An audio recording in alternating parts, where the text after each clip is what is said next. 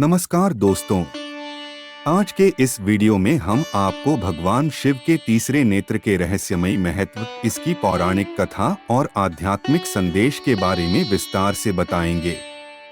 शिव का तीसरा नेत्र केवल विनाश का प्रतीक नहीं, बल्कि उच्च चेतना, दिव्य ज्ञान और संतुलन का भी प्रतीक है। यह नेत्र त्रिविध शक्तियों, इच्छा, ज्ञान और क्रिया का प्रतिनिधित्व करता है। इसके खुलने का अर्थ केवल क्रोध या संहार नहीं, बल्कि माया का नाश, सत्य का उदय और आत्मजागृति भी है। तो आइए इस रहस्य को गहराई से समझते हैं। भगवान शिव के तीसरे नेत्र की पौराणिक कथा। कामदेव के भस्म होने की कथा। पुराणों में वर्णित कथा के अनुसार एक समय जब तारकासुर नामक असुर ने अपनी शक्ति से देवताओं को पराजित कर स्वर्ग पर अधिकार कर लिया, तब देवताओं को ज्ञात हुआ कि केवल भगवान शिव का पुत्र ही उसका वध कर सकता है। लेकिन उस समय शिवजी गहन तपस्या में लीन थे और उनकी साधना को कोई भी भंग नहीं कर सकता था। देवताओं ने समाधान के रूप में कामदेव को चुना, जो प्रेम और आकर्षण के देवता थे। उन्हें यह कार्य सौंपा गया कि वे शिवजी की तपस्या भंग कर दें, ताकि वे माता पार्वती से विवाह करें और उनका संतान जन्म लेकर तारकासुर का वध कर सके।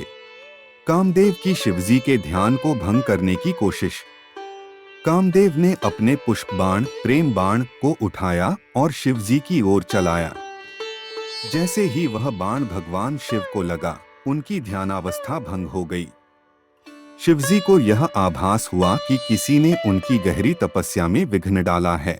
वे अत्यंत क्रोधित हो गए और उनके तीसरे नेत्र से प्रचंड अग्नि उत्पन्न हुई, जिसने कामदेव को तत्काल भस्म कर दिया। यह देखकर सभी देवता भयभीत हो गए और माता रति, कामदेव की पत्नी, अत्यंत दुखी होकर रोने लगी। उन्होंने भगवान शिव से अपने पति को पुनर्जीवित करने की प्रार्थना की।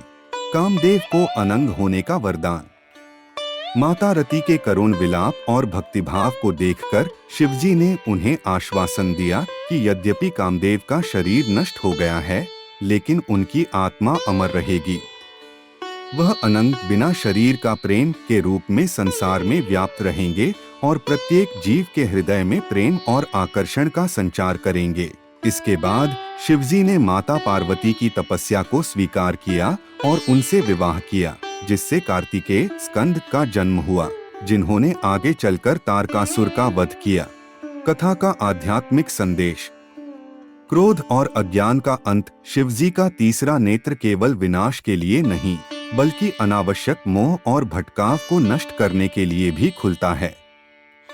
प्रेम की अमरता। कामदेव का शरीर भले ही नष्ट हो गया, लेकिन प्रेम की भावना सदा के लिए जीवित रही। आध्यात्मिक जागरण। इस कथा से यह सीख मिलती है कि प्रेम और भक्ति तभी सार्थक होती है जब वे संतुलित और पवित्र हों। इस प्रकार कामदेव के भस्म होने की यह कथा प्रेम, भक्ति, त्याग और ब्रह्मांडीय संतुलन का प्रतीक है।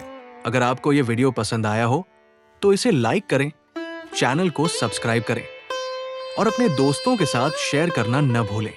और हाँ, चैनल को सब्सक्राइब करने के बाद बेल आइकन दबाना न भूलें, ताकि आपको हमारी हर नई वीडियो की नोटिफिकेशन सबसे पहले मिले। धन्यवाद।